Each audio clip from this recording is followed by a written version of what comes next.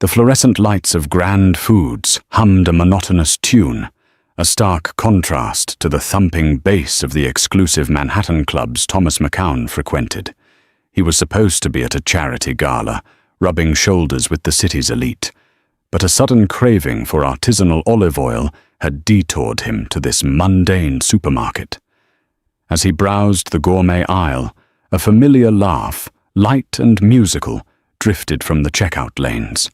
It was a laugh he hadn't heard in 6 months, a laugh that once filled his sprawling penthouse with joy, now echoing in the sterile air of aisle 5. His heart, usually a steady drumbeat of ambition, hitched.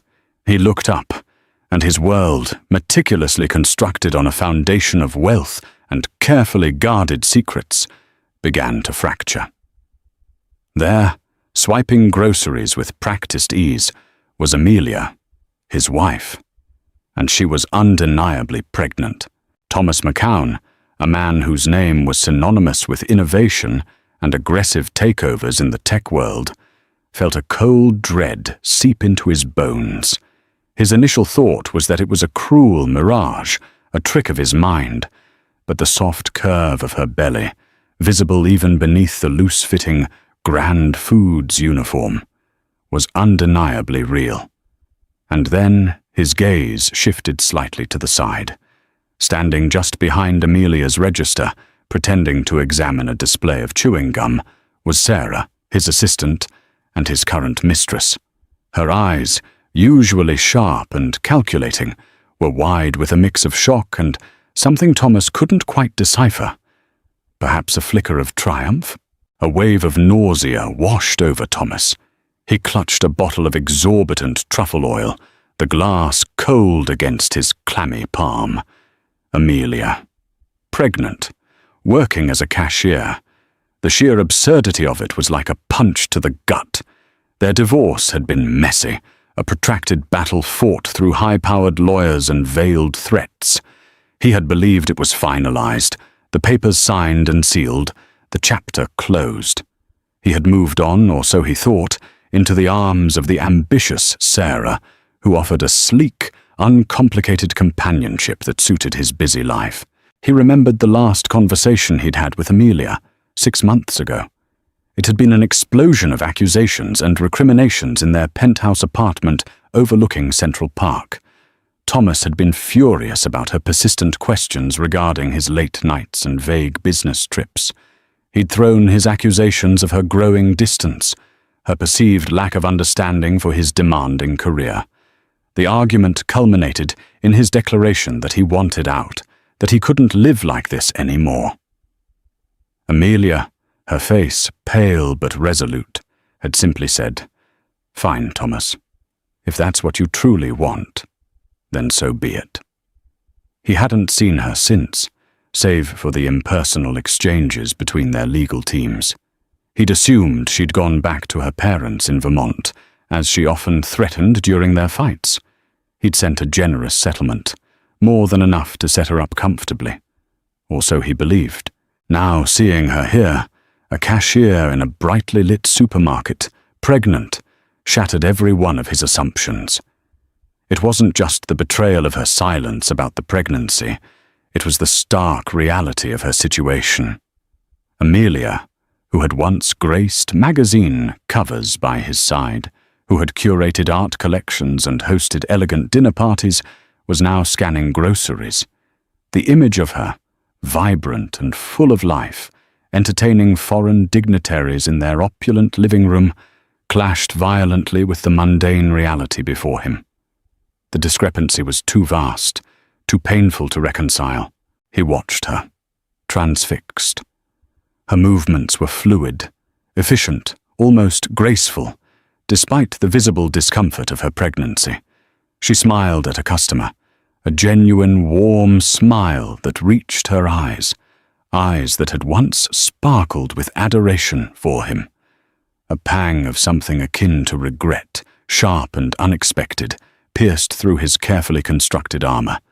He had dismissed her as a pampered socialite, dependent on his wealth, but here she was, undeniably self-sufficient, albeit in the most unexpected and humiliating way imaginable. Sarah, sensing his sudden paralysis, subtly moved closer, her hand lightly grazing his arm. "Thomas, are you all right?" she whispered, her voice laced with an artificial concern that grated on his nerves. He shrugged her off, his gaze still fixed on Amelia. Sarah's eyes followed his, and a flicker of something unreadable crossed her features before settling into a mask of placid indifference. Thomas felt a surge of irrational anger. Anger at Amelia for keeping this from him, anger at himself for being so blind, and a simmering, dangerous anger at Sarah, who was clearly aware of this situation and had kept it a secret. How long had she known? How many times had she driven past this very supermarket, seen Amelia, and said nothing? The thought churned in his stomach, sour and bitter.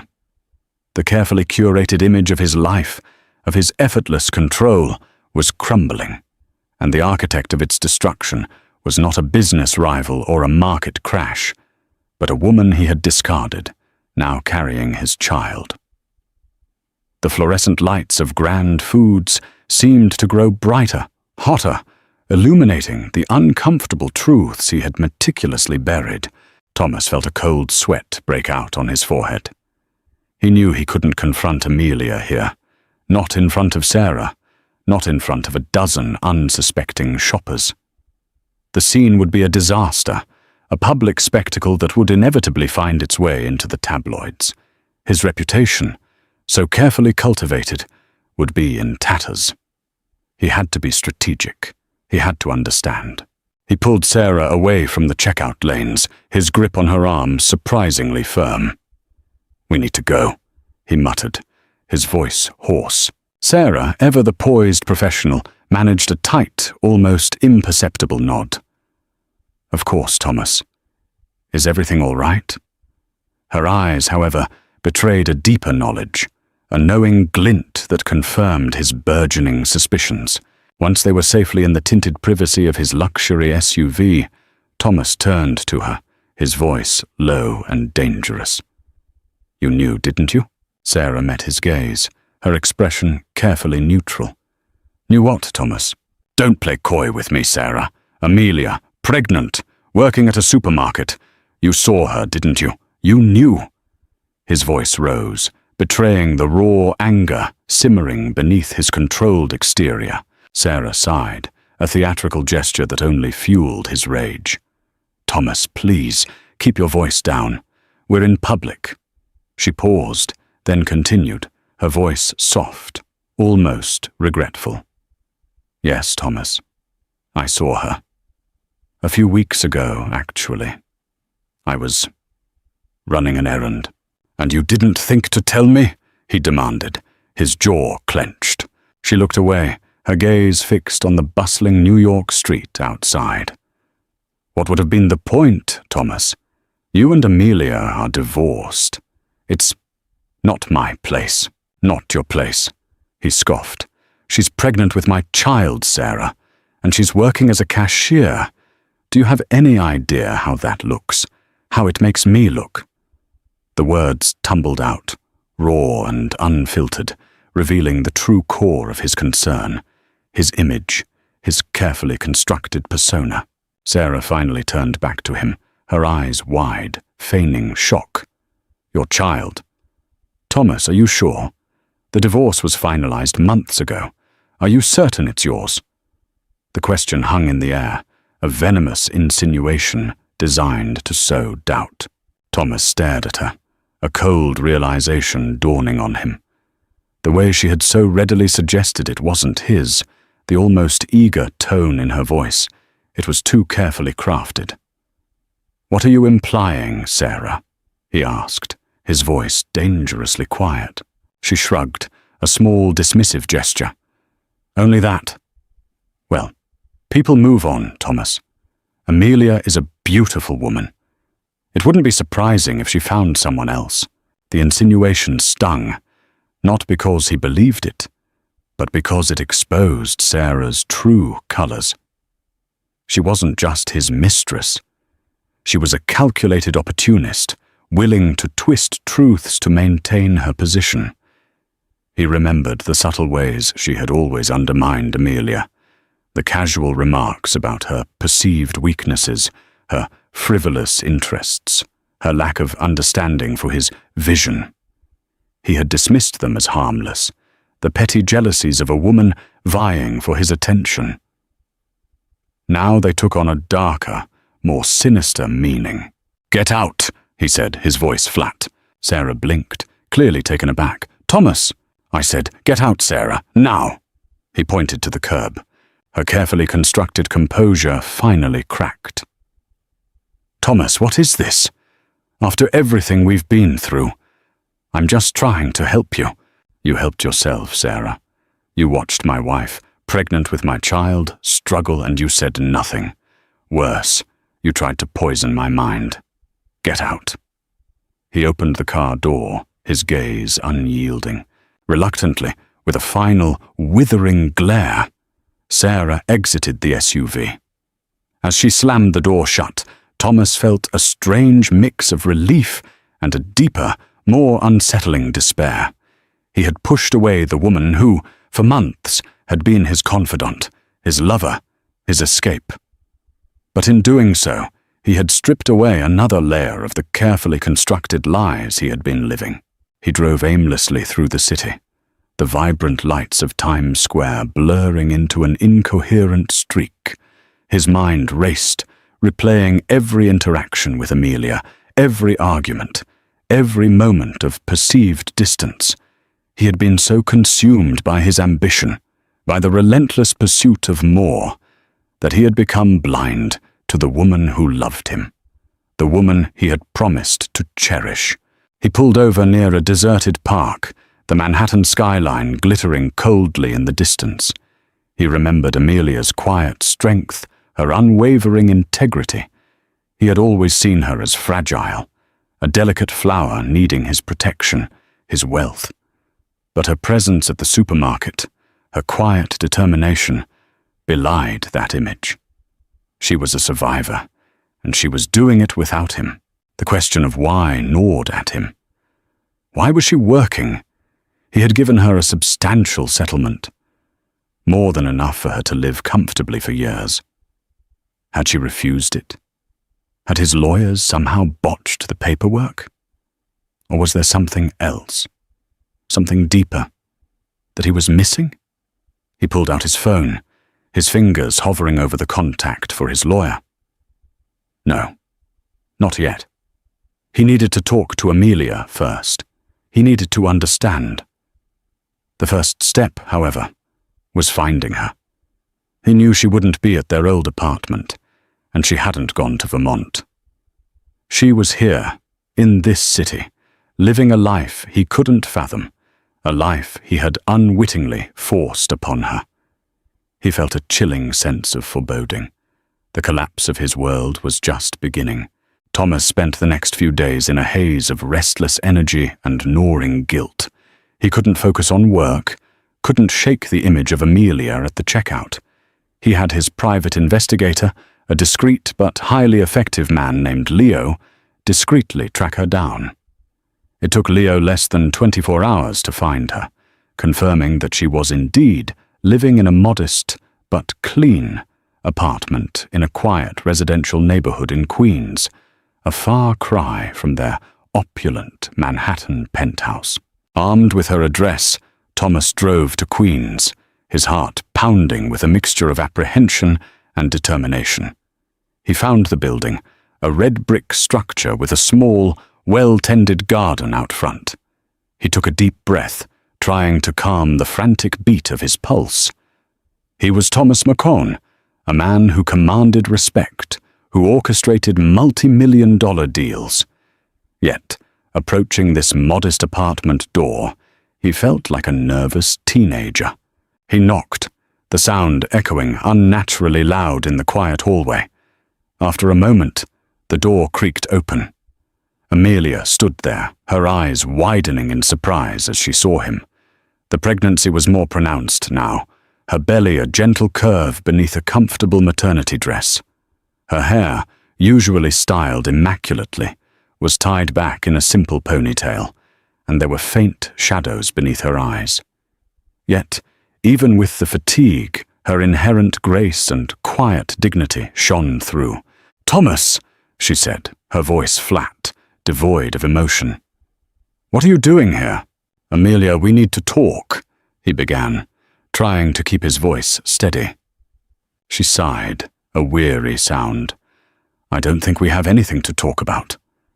She started to close the door, but Thomas quickly placed his hand on the frame, preventing it. "Please, Amelia, just 5 minutes. I saw you at Grand Foods." Her eyes hardened. "So, you finally decided to grace the working class with your presence, Thomas? What, did you run out of caviar?" Her sarcasm was a thin shield, but it stung. "Amelia, I didn't know," he pleaded, pushing past her gently into the small but tastefully decorated living room. The apartment was simple, a far cry from their previous lavish lifestyle. But it had a warmth, a personal touch that their penthouse had always lacked. He noticed a small, intricately carved wooden cradle in the corner, a stark reminder of the life they had created. She wrapped her arms around her stomach, a protective gesture. "Didn't know what, Thomas? That I'm pregnant? That I'm working? Which part exactly eludes the great Thomas McCown?" "Both. Everything. I thought you went to Vermont. I thought the divorce was final. I sent a settlement, a very generous one, by the way. What happened to it?" The questions tumbled out, urgent and demanding. Amelia's eyes flashed with anger. "The settlement? Thomas, your lawyers, in their infinite wisdom, managed to tie up every single asset. They froze my accounts, citing disputed claims and financial irregularities that magically appeared after I refused to sign a confidentiality agreement that would have effectively silenced me about everything." Her voice trembled slightly, betraying the raw hurt beneath her anger. Thomas stared at her, dumbfounded. "What? That's impossible. I specifically instructed my lawyers to ensure your financial security. I wanted to be fair." "Fair?" she scoffed. "Fair, Thomas, is not having your entire life savings locked away by a predatory legal team simply because you refuse to be bought and silenced. Fair is not being forced to take a job because you literally have no access to your own money." She gestured around the small apartment. "This, Thomas, is what fair looks like when you're dealing with the Thorn Empire." A cold knot formed in Thomas's stomach. His lawyers. He had given them carte blanche, instructed them to handle it efficiently, to protect his interests. He had been so consumed by his desire to move on, to erase Amelia from his life, that he hadn't scrutinized the details. He had implicitly trusted his legal team to execute his wishes, not to actively sabotage Amelia. But now, connecting the dots, he saw the chilling truth. His legal team, accustomed to his ruthless business tactics, had likely interpreted "protect his interests" as "destroy the opposition."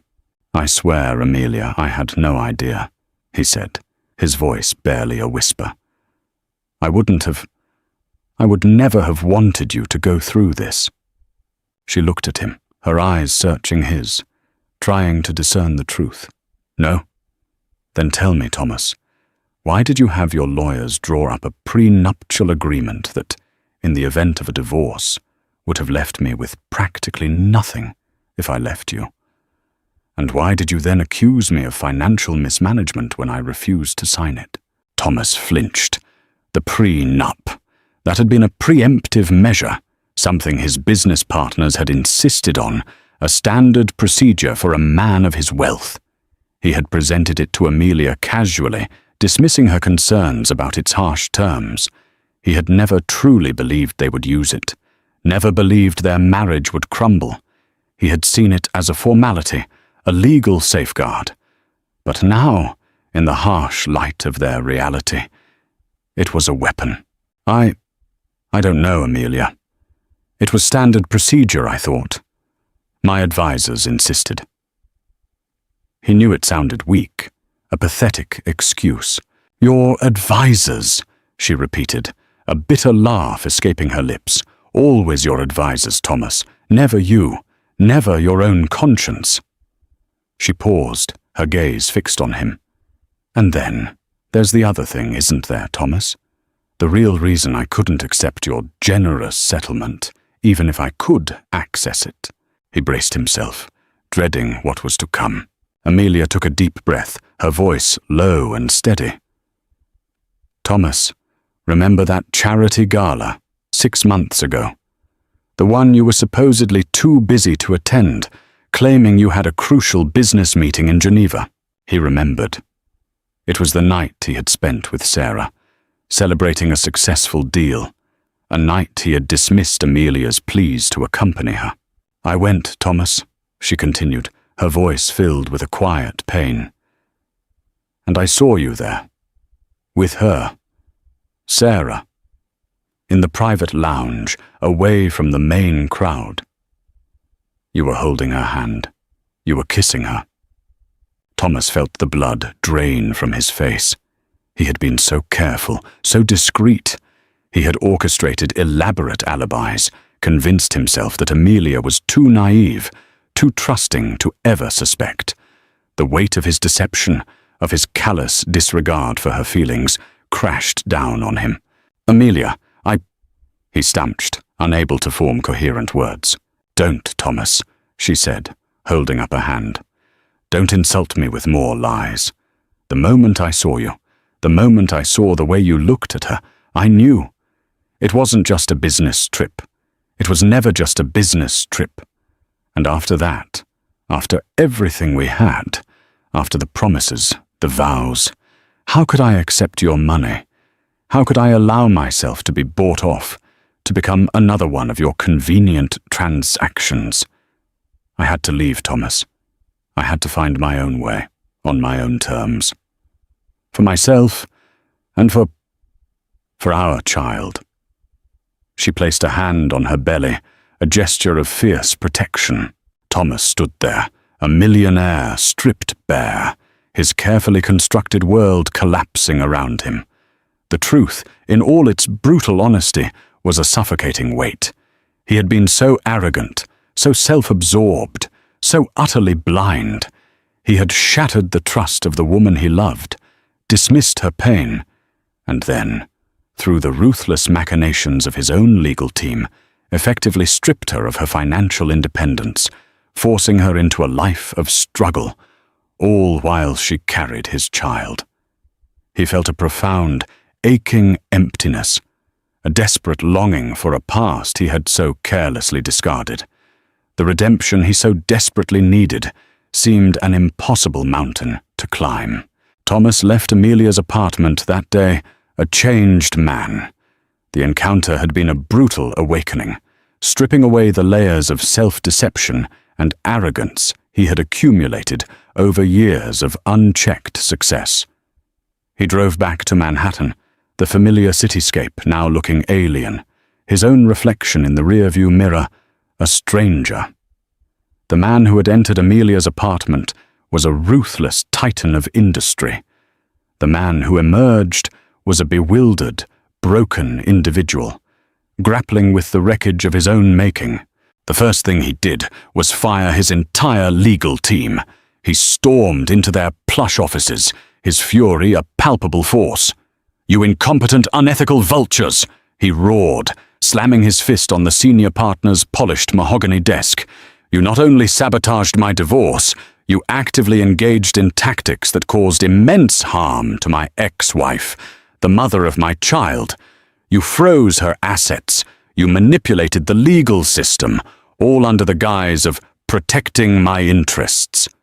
You're fired, all of you. And I'm going to ensure your professional lives are as frozen as Amelia's bank accounts." The lawyers, usually unflappable, cowered under his unprecedented wrath. Thomas didn't care about their protests. their panicked explanations. He wanted them gone. He hired a new, ethical firm, one with a reputation for integrity, and instructed them to immediately unfreeze Amelia's accounts and ensure she received every penny she was entitled to, and then some. He also set up a substantial trust fund for their unborn child, completely independent of his own volatile finances. But money, he realized, wouldn't fix the gaping wound he had inflicted. He had betrayed Amelia's trust, humiliated her, and forced her into a life of hardship while he lived in lavish comfort. The guilt was a constant companion, a heavy cloak he couldn't shed. He tried to see Amelia again, to apologize, to explain, to beg for forgiveness, but she refused his calls, ignored his texts, and when he went to her apartment, she wouldn't answer the door. He respected her boundaries, knowing he had no right to demand her time or attention. He understood that actions spoke louder than words, and his actions, until now, had been nothing short of reprehensible. He found solace, surprisingly, in the most unlikely of places: their old haunts. He visited the art galleries they used to frequent, standing before the paintings she adored, remembering her insightful observations. He walked through Central Park, recalling their quiet strolls, the way she would point out a particular bird or a blooming flower, finding beauty in the smallest details he had always overlooked. He even went to the small, independent bookstore where they had first met, remembering her infectious passion for literature. Each memory was a bittersweet pang, a reminder of what he had lost. One evening, he found himself sitting alone in his penthouse, the vast space feeling empty and cold. He looked out at the glittering city lights, the symbol of his success, and felt a profound loneliness. He picked up a photo of Amelia, taken years ago, her face radiant with happiness. He remembered the day it was taken, their honeymoon in Santorini. He had been so certain of their future then, so blind to the potential for his own destructive tendencies. He thought about the child, his child, growing inside her. A child he had almost unwittingly condemned to a life without a father, or at least a father who was present and loving. The thought ignited a fierce determination within him. He had to change, not for Amelia's forgiveness, not even for his own peace of mind, but for his child. He had to be a better man, a man worthy of the immense responsibility of fatherhood. He started by re-evaluating his entire life. He stepped back from some of his more aggressive business ventures, delegating more, creating a healthier work-life balance. He stopped chasing every deal, every acquisition, realizing that true wealth lay not in accumulating more, but in nurturing what truly mattered. He began volunteering at a local charity, anonymously, helping at a soup kitchen, experiencing a different side of life, a side far removed from the gilded cages of his own existence. He sent Amelia a letter, not a demanding one, but a heartfelt apology, pouring out his guilt, his regrets, and his newfound understanding. He didn't expect a response, and he didn't receive one. But writing it was a cathartic experience, a necessary step in his journey towards self-forgiveness. Months passed. The due date approached. Thomas was a nervous wreck, constantly checking his phone, hoping for news. He had asked Leo, his private investigator, to keep a discreet eye on Amelia. Not to intrude, but to simply inform him when she went into labor. He just wanted to know, to be there, even if it was from a distance. One morning, a call came from Leo. Amelia had been admitted to the hospital. Thomas's heart leaped into his throat. He drove to the hospital, his hands clammy on the steering wheel, a mix of terror and profound hope swirling within him. He walked into the waiting room, his billionaire status stripped away by the raw vulnerability of the moment. He saw Amelia's parents, Mr. and Mrs. Hayes, looking anxious but hopeful. Mrs. Hayes, a kind-faced woman who had always treated him with warmth, looked up and saw him. Her expression shifted from surprise to a hesitant welcome. "Thomas," she said, her voice soft. "What are you doing here?" I just wanted to be here, for Amelia, for the baby." His voice was shaky. Mr. Hayes, a stern but fair man, simply nodded, a silent acknowledgement that Thomas's presence, however unexpected, was understood. Hours later, a doctor emerged, smiling. "Congratulations, everyone. It's a healthy baby girl." A wave of pure, unadulterated joy washed over Thomas, eclipsing all the pain and guilt of the past months. He was a father. He had a daughter, a new life, a new beginning. He saw Mrs. Hayes wipe away tears of joy and Mr. Hayes offer a rare, gentle smile. He felt an overwhelming urge to see his daughter, to see Amelia. He hesitated, then asked Mrs. Hayes, Can I see them?" She looked at him, then back at the delivery room door. "Amelia, she asked for you, Thomas." His heart pounded. Amelia had asked for him. After everything. It was a small flicker of hope, a fragile seed of redemption, but it was enough. He walked towards the door, his steps uncertain, but his heart filled with a renewed sense of purpose. The journey to redemption was long, arduous, and fraught with challenges, but for his daughter, for Amelia, he was finally ready to walk it. Thomas stood at the threshold of Amelia's hospital room, his breath catching in his throat. The room was softly lit, a serene oasis amidst the sterile hospital environment. Amelia lay in the bed, looking utterly exhausted but radiant, a tiny bundle cradled in her arms. She looked up, her eyes meeting his. There was no anger, no resentment, only a quiet weariness and a profound, maternal love. "Thomas," she whispered, her voice soft. He walked to the side of the bed, his gaze fixed on the tiny face nestled against her chest. Their daughter. She was so small, so perfect, a miniature version of both of them. He felt an overwhelming surge of protectiveness, a love so fierce it almost buckled his knees. "She's beautiful, Amelia," he managed, his voice thick with emotion. Amelia offered a weak smile. "She is. Her name is Lily. Lily. A delicate, beautiful name." He reached out a hesitant finger, gently stroking the baby's soft cheek. Lily stirred, letting out a tiny, contented sigh. Thomas felt a tear trace a path down his cheek, a tear he didn't even realize he was shedding. "Amelia," he began, his voice choked with emotion. "I am so sorry. For everything. For the way I treated you. For my blindness. For allowing my lawyers to do what they did. For Sarah. For not being there for you. I know words aren't enough. But I truly am sorry." She looked at him, her gaze unwavering. "Thomas, I was so angry, so hurt. I felt so betrayed." "I know," he said, nodding. "And you had every right to be. I don't deserve your forgiveness. But I hope, in time, you can find a way to let go of the anger. For Lily's sake, if not for mine." She closed her eyes for a moment, then opened them again, a deep sigh escaping her lips.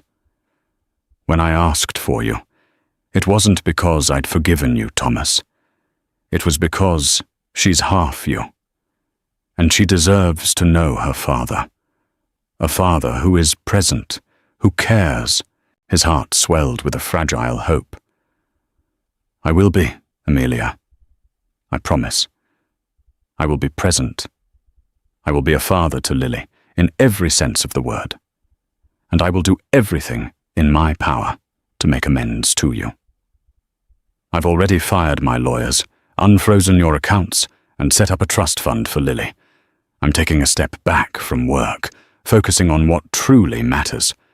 I'm trying to be a different man, Amelia." She studied him, searching his eyes for sincerity. He held her gaze, offering her his raw, exposed vulnerability. "I see that," she finally said, her voice softer. "I see a difference, Thomas. And for Lily, I'm willing to try, to be civil, to co-parent." "Thank you, Amelia," he whispered, genuine gratitude washing over him. "Thank you for that." The following weeks were a delicate dance of cautious steps and tentative rebuilding. Thomas was a constant presence at the hospital, then at Amelia's apartment. He brought groceries, cooked meals, changed diapers, and read to Lily in a surprisingly gentle voice. He didn't push for anything more than shared parenthood, understanding that trust, once shattered, could only be painstakingly rebuilt, brick by painful brick. He saw the subtle shifts in Amelia's demeanor. The initial guardedness slowly gave way to moments of shared laughter over Lily's antics. He saw the way she looked at him when he gently soothed a crying Lily, a flicker of something he desperately hoped was not just gratitude, but perhaps a nascent spark of the old affection. One afternoon, as he was rocking Lily to sleep, Amelia sat beside him on the sofa, a comfortable silence settling between them.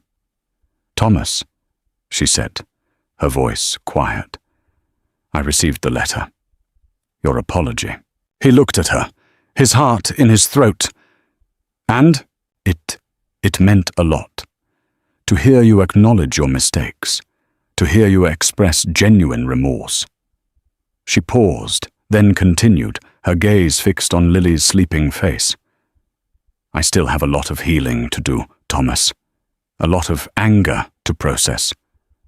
But I'm willing to consider the possibility that you've truly changed. For Lily. And perhaps for us too." Thomas felt a surge of emotion, so profound it almost overwhelmed him. It wasn't a declaration of love, not a promise of instant reconciliation. It was a glimmer of hope, a fragile invitation to a future he had once believed was irretrievably lost. It was the first true seed of redemption, and he vowed with every fiber of his being that he would nurture it with unwavering dedication. The path ahead was long and uncertain, filled with challenges and obstacles. But looking at Amelia, then at his sleeping daughter, Thomas knew one thing with absolute certainty. He was no longer the arrogant millionaire who had carelessly shattered his world. He was a father, a man on a journey of redemption, and for the first time in a very long time, he felt a genuine sense of purpose, a deep and abiding love that transcended all his previous ambitions. The story of Thomas McCown was no longer about power and wealth. It was about love, forgiveness, and the arduous, beautiful journey of becoming a truly good man. The weeks bled into months, each day a small, deliberate step in Thomas's journey of transformation. Amelia, while still cautious, allowed him more access to Lily, and, by extension, to her own life. He had moved into a temporary apartment in Queens, not far from her, a conscious decision to be fully present and accessible. The grand penthouse now felt like a relic of a past life, a gilded cage he no longer desired. He embraced fatherhood with an intensity that surprised even himself. He relished the early morning feedings, the countless diaper changes, the cooing sounds Lily made when he held her close. He read every parenting book he could find, devoured articles on child development, and sought advice from Amelia's parents, who, despite their initial reservations, were slowly starting to accept his renewed presence. The dynamic between Thomas and Amelia was slowly shifting from strained civility to a comfortable camaraderie. They discussed Lily's milestones, shared parenting challenges, and even found themselves laughing over silly baby anecdotes. There were still moments of tension, lingering shadows of past hurts, but they were fewer and farther between. Amelia, seeing his consistent effort, his genuine remorse, and his unwavering dedication to Lily, began to soften. One evening, after Lily was finally asleep, Thomas and Amelia were sitting in her living room, a rare moment of quiet. "Thomas," she began, her voice hesitant, "I wanted to thank you for everything. For being here, for being such a wonderful father to Lily." He looked at her, his heart swelling. "Amelia, I should be thanking you for allowing me back into your lives, for giving me this chance." She smiled, a genuine, warm smile that reached her eyes, eyes that he remembered so vividly from their early days. "It hasn't been easy, you know.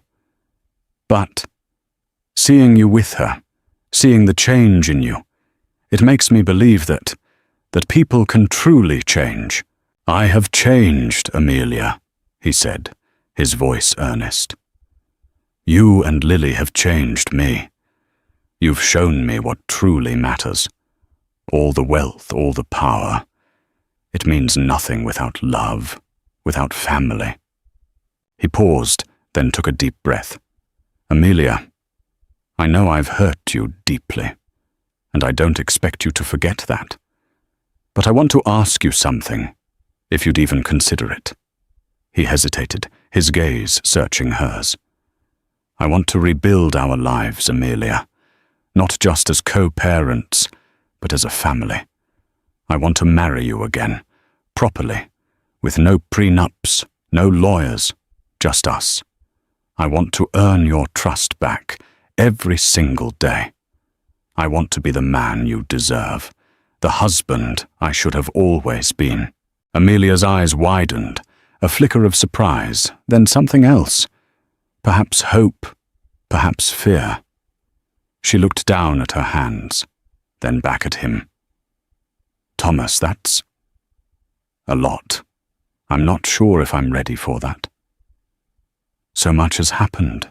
"I know," he said gently. "And I'm not asking for an answer now.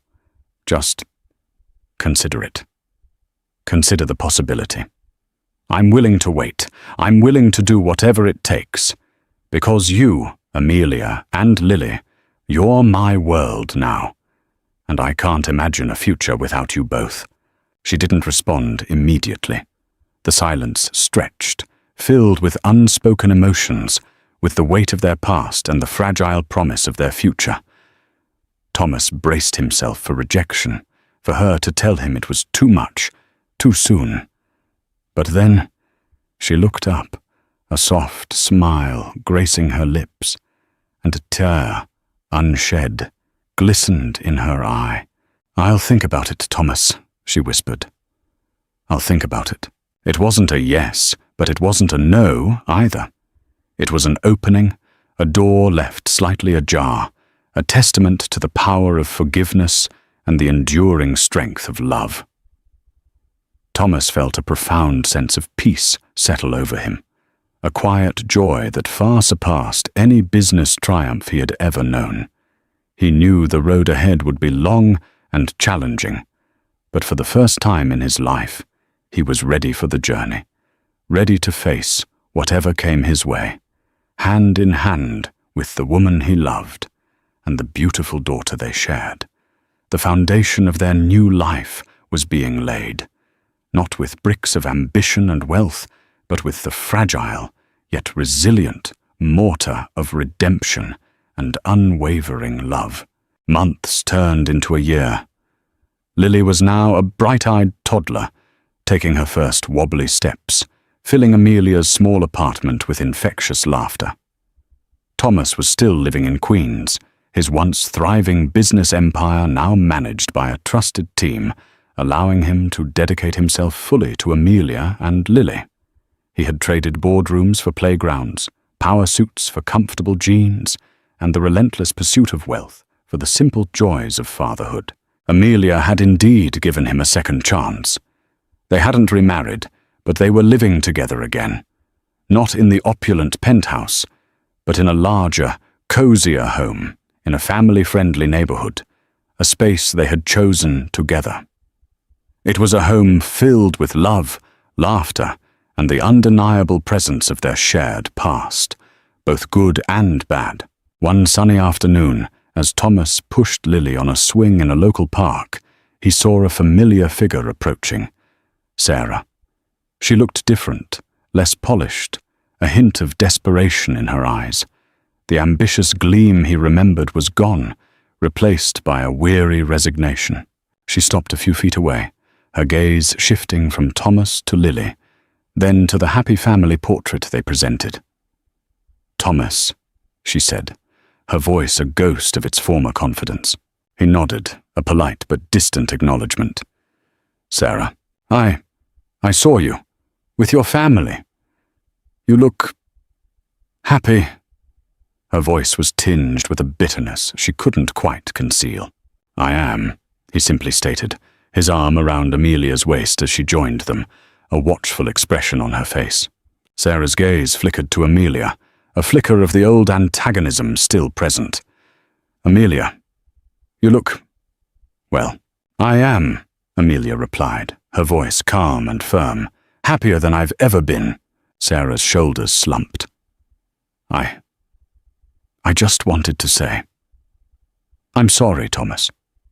For everything. For not telling you about Amelia, for trying to manipulate you. I was so caught up in trying to impress you, to get ahead. I lost myself." Her confession sounded hollow, a desperate attempt at absolution.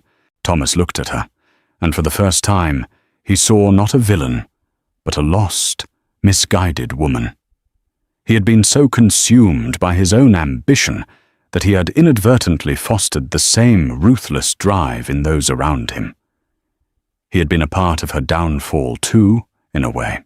"Sarah," he said, his voice surprisingly gentle, "I hope you find your path, and I hope you find genuine happiness." She nodded, a single tear tracing a path down her cheek. "Thank you, Thomas." She turned and walked away, a solitary figure fading into the bustling park, a stark reminder of the person Thomas used to be, and the life he had so narrowly escaped.